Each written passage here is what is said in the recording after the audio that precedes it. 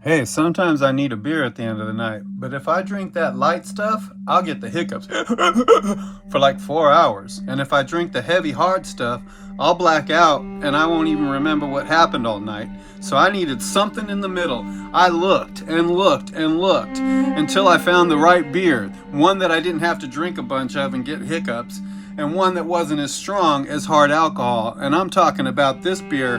It's called Dragon's Milk. Check this beer out. It's a bourbon barrel aged stout, and you're gonna like this beer. Let's take it from me, Dominic. He'll tell you about it, and you'll love it.